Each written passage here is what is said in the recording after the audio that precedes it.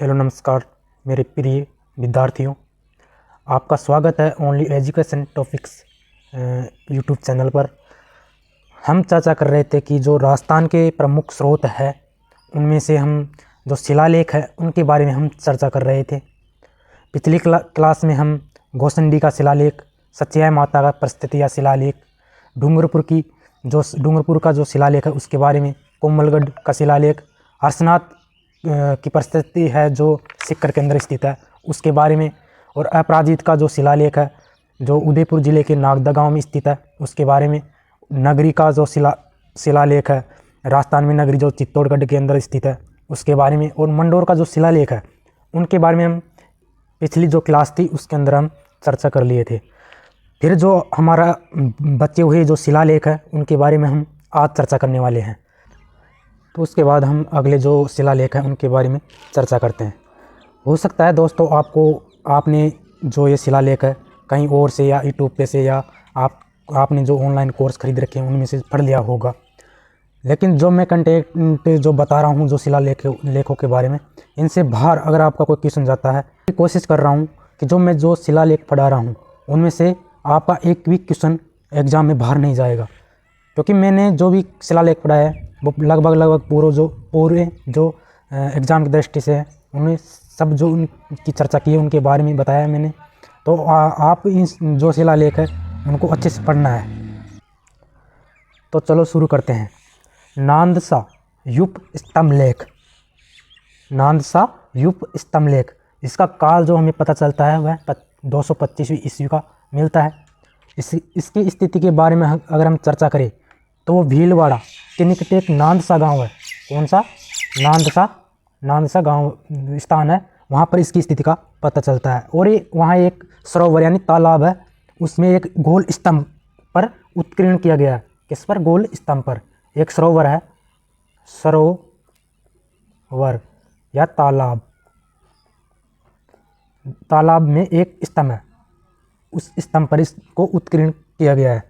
दोस्तों इसकी एक बात याद रखना है कि इसको उन्हीं दिनों में पढ़ा जा सकता है जब तालाब सूखा हो। और अगर हम इसकी स्थापना की बात करें तो संभवतः जो सोम राजा था उसके समय शासनकाल है, उसके समय में इसका लेख या उत्कीर्ण किया गया था। तो इस चीज़ का हमें याद रखना है। कौन सा राजा? सोम द्वारा। तो इस चीज़ का पता रखना। उसके बाद आता है कणसवा का लेख।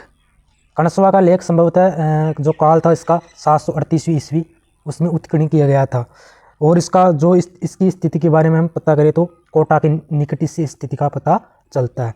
और जो ये कणसवा का जो लेख है इसमें धवल नामक मौर्यवंशी राजा का उल्लेख मिलता है।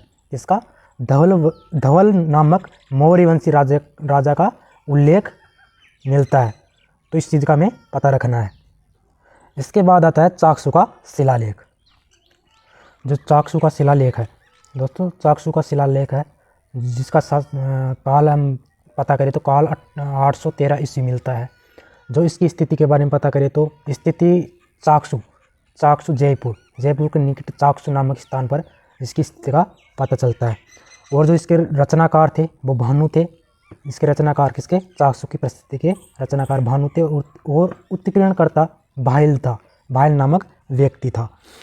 दोस्तों जो चाकसू की परिस्थिति या शिलालेख है इसमें गुहिल वंश के बारे में, वंशावली के बारे में जानकारी मिलती है। और इस परिस्थिति या शिलालेख के अनुसार गुहिल वंश के शासक प्रतिहार वंश के शासकों के सामंत थे। कौन? गुहिल वंश। किसके सामंत थे? प्रतिहार वंश के शासकों के सामंत थे। कौन? गुहिल वंश। किस शिलालेख के अनुसार पता चलता है? चाकसू के शिलालेख के अनुसार। कि जो क्वेश्चन आता है कि किस शिलालेख के अनुसार गुहिल वंश प्रतिहार वंश के सामंत थे, तो कौन सा शिलालेख है? चाकसू का शिलालेख। इस चीज़ का हमें पता रखना। उसके बाद आता है चित्तौड़गढ़ का शिलालेख। चित्तौड़गढ़ का शिलालेख का जो काल होता है वो 1278 ईस्वी होता है। और इसी शिलालेख के अनुसार जो गुहिल वंश है, गुहिल वंश है, उनके शासकों की धार्मिक धार्मिक सहिष्णुता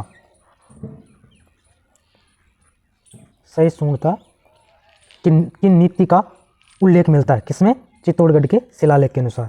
तो उसके इनके बारे में हमें पता रखना है कि कौन से शिलालेख के अनुसार घोइल वंश के शासकों की धार्मिक सहिष्णुता की नीति का उल्लेख मिलता है। तो कौन सा शिलालेख है? चित्तौड़गढ़ का शिलालेख। तो इसके बारे में इतना ही। फिर आता है जैन कीर्ति स्तंभ का लेख। जो इसका लेख का काल मिलता है हमें वो 13वीं सदी मिलता है। जो शिलालेख जो मिले हैं उनमें 13वीं सदी का समय मिलता है। और अगर हम इस स्थिति के बारे में पता करें तो चित्तौड़गढ़ जो ज़िला है हमारा, वहाँ पर इसकी स्थिति का पता चलता है। जो ये जैन कीर्ति स्तंभ है, जो जैन कीर्ति स्तंभ का लेख है, यह प्रथम जैन तीर्थकर थे आदिनाथ को समर्पित है। कौन सा लेख? जैन कीर्ति स्तंभ। किसको समर्पित है? आदिनाथ, जो आदिनाथ प्रथम जैन तीर्थकर हुए थे उनको समर्पित लेख है। जो इसका निर्माण करवाया था वो जीजा नामक एक व्यक्ति द्वारा करवाया गया था। तो इस चीज़ के बारे में जानकारी रखनी है कि कौन सा स्तंभ है जो प्रथम जैन तीर्थकर को के समर्पित है। मतलब तो याद रखना है जैन कीर्ति स्तंभ का लेख, मतलब इसको जैन आदिनाथ प्रथम जैन तीर्थकर को समर्पित है। फिर आता है नाथ प्रशस्ति। नाथ प्रशस्ति का जो काल मिलता है हमें 971 ईस्वी मिलता है। और जो इसकी स्थिति के बारे में अगर बात करें तो उदयपुर में स्थित एकलिंग जी जो महादेव मंदिर है, महादेव मंदिर जी के पास एक और मंदिर है लकुलिस नाम का, लकुलिस नामक एक और मंदिर है। उस मंदिर में इसका उत्कीर्ण किया गया लेख मिलता है। कौन से? उदयपुर एकलिंग जी महादेव मंदिर के पास एक और मंदिर है लकुलिस मंदिर, उसमें इसकी स्थिति के बारे में हमें पता चलता है। जो इसकी भाषा है, इसकी भाषा संस्कृत भाषा है। नाथ शिलालेख है उसकी भाषा क्या है? संस्कृत भाषा। और इसका रचयिता जो ये लेख है, इसके रचयिता आम्र कवि है। जो आम्र नामक कवि हुए वो नाथ प्रशस्ति के रचयिता है। इसमें अगर हम बात करें तो इसमें नागदा नगर है उसकी एवं बप्पा रावल तथा जो गुहिल तथा नाहरवान राजाओं का वर्णन मिलता है। किसमें? नाथ प्रशस्ति में निम्न राजाओं का वर्णन मिलता है। कौन कौन से? जो नागदा नगर, उसमें बप्पा रावल, गुहिल तथा नाहरवान जो राजा थे उनका वर्णन मिलता है। किसमें? नाथ प्रशस्ति के अंदर। और इसका जो काल मिलता है वो मिलता है 971 ईस्वी। तो इस चीज़ का हमें पता रखना है। फिर आता है बीकानेर दुर्ग की प्रशस्ति। जो बीकानेर दुर्ग की प्रशस्ति है वो जो बीकानेर में स्थित जूनागढ़ दुर्ग है उसमें लगी हुई है। तो इसके बारे में जानकारी, तो इसके रचयिता जयिता नामक जैन मुनि थे। कौन थे? जयिता नामक जैन मुनि। किसके? बीकानेर दुर्ग की जो प्रशस्ति है उसके रचयिता जयिता नामक जैन मुनि थे। और अगर इसकी बात करें तो मैं राय सिंह के समय से यह बीकानेर, जो बीकानेर में स्थित जूनागढ़ दुर्ग है उसके मुख्य द्वार पर स्थित है। मतलब जो राय सिंह जो राजा थे उसके समय में इसको जूनागढ़ दुर्ग है उसके मुख्य द्वार पर लगाया गया और तब से यह जूनागढ़ दुर्ग के मुख्य द्वार पर स्थित है। जो ये बीकानेर दुर्ग की जो प्रशस्ति है इसमें बीका से जो बीकानेर की स्थापना की थी। जो बीका से लेकर जो राय सिंह तक के जो बीकानेर के शासक हुए थे उनकी उपलब्धियों विजयों के बारे में इसमें वर्णन मिलता है। इसमें बीकानेर दुर्ग की जो प्रशस्ति है उसके अंदर बीकानेर की स्थापना किया था उससे लेकर राय सिंह के समय तक के शासकों के बारे के मतलब उसके बारे का उल्लेख मिलता है कि भाई कौन कौन से शासक हुए जो इसके अंदर स्थित है।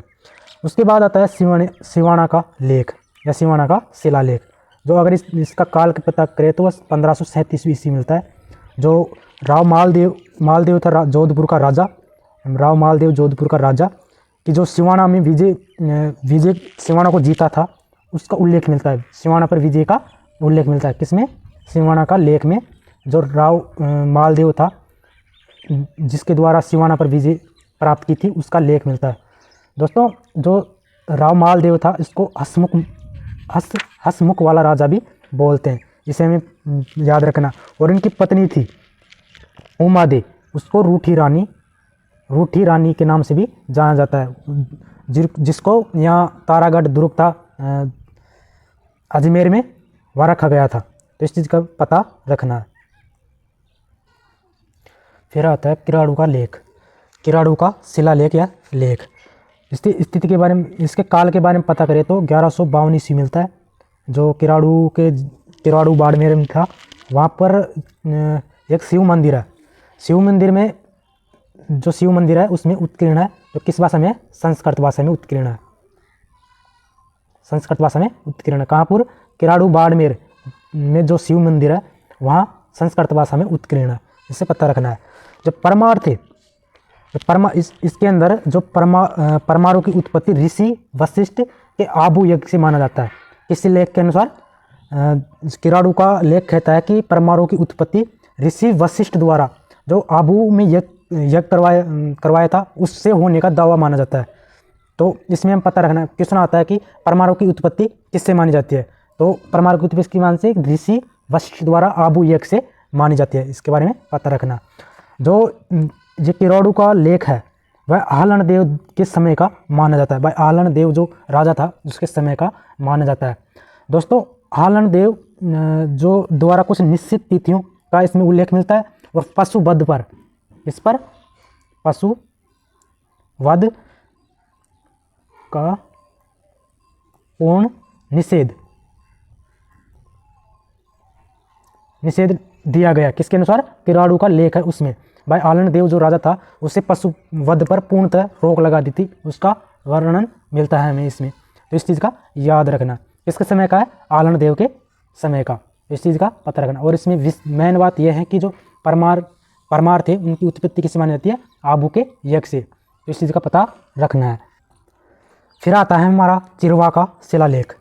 दोस्तों यह है हमारी क्लास का आज का, और हमारे जो हम पढ़ रहे थे शिलालेख राजस्थान के प्रमुख स्रोत, उनका आज अंतिम टॉपिक है कौन सा?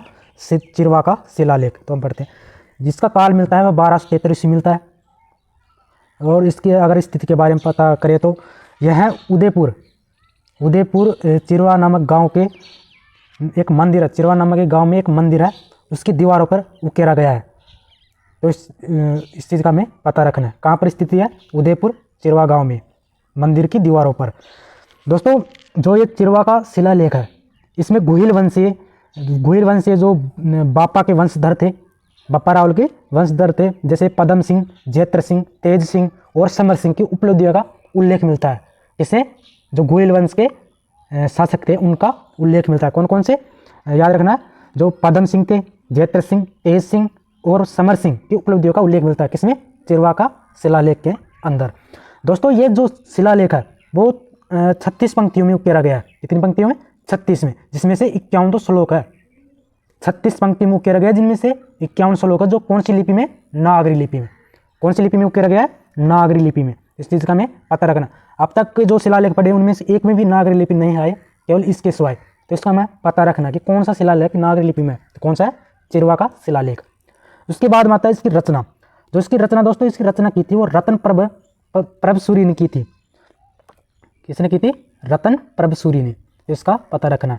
और उसके लेखक थे वो पार्श्वचंद्र थे। कौन थे? पार्श्वचंद्र। और अगर इसमें हम और बात करें कि इसमें किस किस का उल्लेख मिलता है, तो इसमें दोस्तों इसमें जैसे पर्वतीय भागों के गांव बसाने तथा मंदिरों में वृक्षावली और घाटियों का उल्लेख मिलता है। किसमें? चिरवा का शिलालेख के अंदर। और जो ये 13वीं सदी की जो राजनीतिक, आर्थिक, सामाजिक तथा धार्मिक स्थिति की जानकारी मिलती है। किसमें? चिरवा का शिलालेख में। कौन सी सदी के? 13वीं सदी के। 13वीं सदी की क्या? 13वीं सदी की राजनीतिक, आर्थिक, सामाजिक और धार्मिक स्थिति के बारे में पता चलता है। कौन से शिलालेख के अनुसार? चिरवा का शिलालेख के अनुसार। तो इसके बारे में हम इतनी जानकारी प्राप्त करेंगे, क्योंकि दोस्तों जो चिरवा का शिलालेख है इसमें महत्वपूर्ण जो चीज़ है वह है कि इसमें कितनी पंक्तियाँ? 36 पंक्तियाँ। और श्लोक कितने? 51 श्लोक। और कौन सी लिपि में? नागरी लिपि के अंदर, नागरी लिपि के अंदर। तो फिर आज हमारा टॉपिक यह है ख़त्म होता है। कौन सा? जो शिलालेख हम पढ़ रहे थे वो टॉपिक हमारा यहीं ख़त्म होता है। उसके बाद हम पढ़ेंगे कि जो राजस्थान में सिक्के चलते थे वो कौन कौन से सिक्के चलते थे, उनके समय जो कौन से शासन है उसके समय कौन कौन से सिक्के चले, उनके बारे में हम चर्चा करेंगे। अगर आपको वीडियो अच्छा लगा है तो लाइक शेयर कमेंट जरूर करना और चैनल को सब्सक्राइब जरूर करना। जब तक के लिए जय हिंद जय भारत।